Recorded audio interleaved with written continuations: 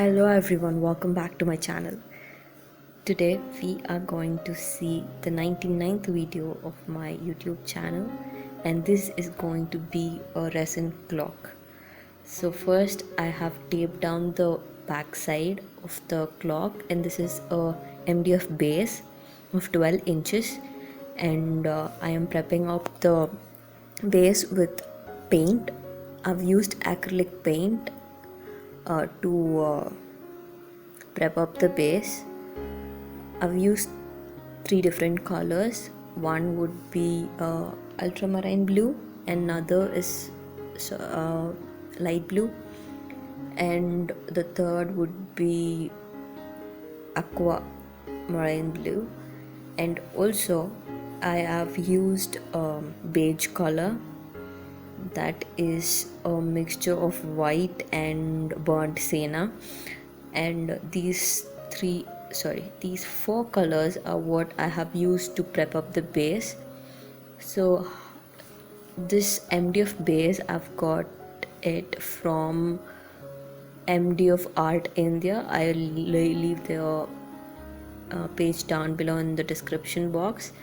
And this is a pre-made clock base of 12 inches that comes with just one hole in the center for the mechanism and the needle. There are other variants available, and you could find all of these molds in any Insta stores or even on Amazon. So these are very easy to come by. And the resin I will be using today is from Haxins, the high gloss resin. And we'll be seeing 3 layers of resin, that is one base layer and then 2 layers for waves. So this is almost like a 3D wave kind of a clock. I have the clock sitting right in front of me as I'm doing this voiceover. So after I have prepped up the base, I'm just making sure it's all blended. And even though I'm going to use pigments on top of the paint, I still wanted to have a very colored base. I don't want to have that usual MDF brown base. So here you could see me measure the resin. I have taken, one second, let me just see how much I've taken, because I don't remember how much I've taken. So this is a 2:1 ratio resin, so I've taken 60 grams of resin and 30 grams of hardener for the base layer, which is actually a lot. I should have taken somewhere around 50 and 25. I did have some leftover. So the pigments I'll be using are from the brands of ResinArt and Eporex. ResinArt's Oxford blue is what I am laying down in the very farther end of the clock. So that is the deeper blue. And I have mixed Oxford blue with the white from ResinArt, super white from ResinArt, to get that medium transition shade, so that we have a very seamless blend of colors and we don't have to have a very stark line showing. So I've tried to make sure everything is well blended. And this is a Turkish blue from Eporex. Actually, I am intrigued by their pigment because you don't have to even apply heat, they start forming bubbles. That is your cells. So I really want to try out their white. I should have gotten my hands on their white first instead of their Turkish blue, but I didn't have that particular color in my collection. And the sand color is from Genie Art Lovers. So I have their sand color with me, so I have used that particular color for the base. So I'm just, this layer doesn't have any waves or anything of any sort.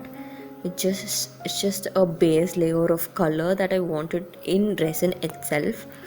instead of having a wave at this point, I just made sure that I have a base where I have the control to form waves above it.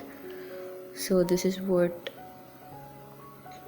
you can see me blend all of those colors. You could also use your gloved hands. Instead, I'm just using the popsicle stick because I don't want to get my hand messy or my glove messy, because that is the same hand that I'll be using to touch my other, like the flame torch and hair dryer. Some would recommend using, you know, you could use flame gun, and you could use heat gun.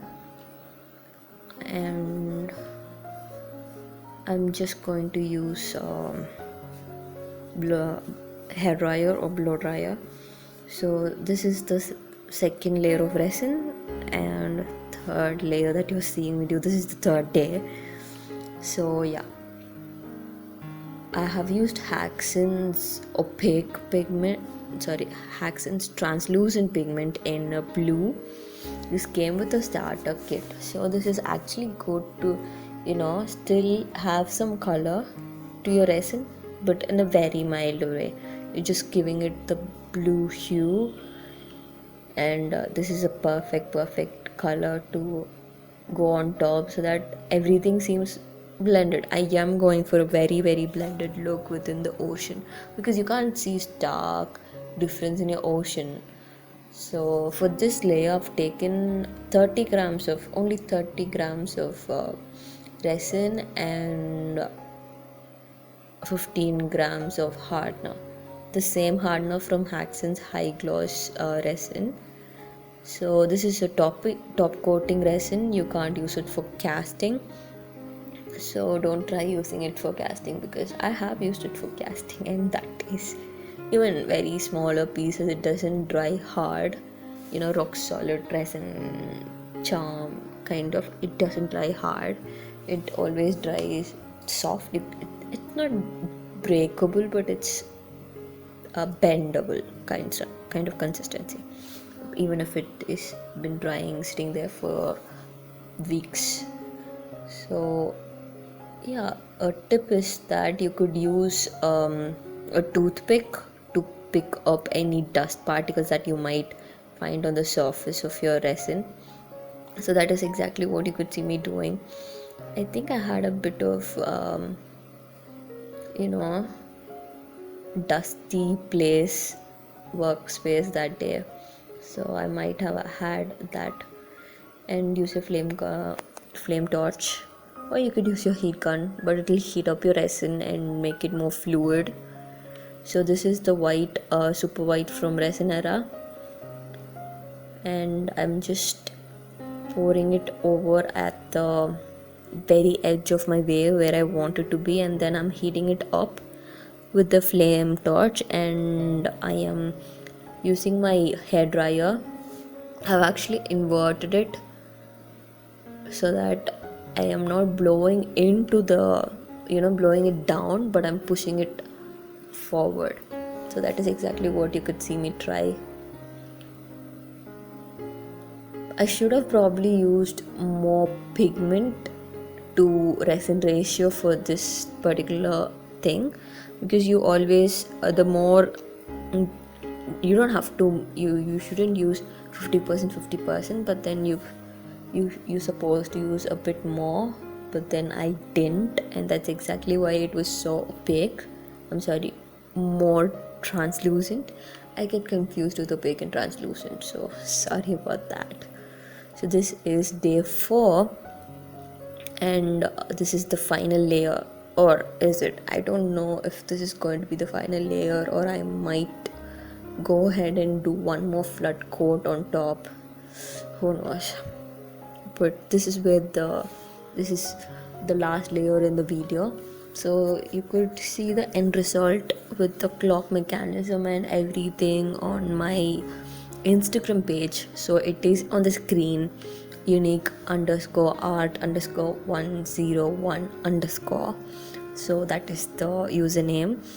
You could check all of my other works, and if you are from India and if you'd like to buy this clock or any of my work, just DM me on Instagram for that. I will have my pricing. I'll DM you back with the pricing of everything. So I will also list where I get my clock hands if possible. It is yet to reach me, so it should be there any time soon. So this layer I took again 30 grams of resin and 15 grams of hardener, and I used the translucent blue color from Haxons. The translucent pigments are very good. I've used the red and on a black base. It just creates magic. It it is very translucent that if you put a gold pigment, it is going to look like fire, literally. So you could see me do the same as the last layer here. I have just heated up the white, and I am using my hair dryer to blow the waves away, and I'm also going to torch it again. I think, no, I'm not. And I'm also going to lay down the white again there, and that's about it. I'm going to heat it up and again use my hair dryer. So I hope you all enjoyed how, learned something out of this video. And yeah, happy new year everyone. This is New Year's Eve, and happy new year. Have an amazing year.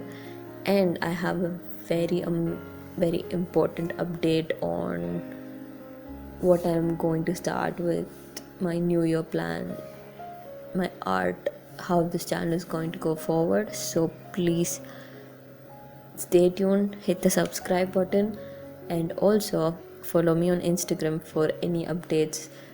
I will be posting a lot of stories there every single day, so you can stay connected. You could see what I am creating every day. I will give sneak peeks into what is going on behind the scenes all the time on my stories, so stay tuned for that. Thank you so much for watching. See you all in my next video. Bye.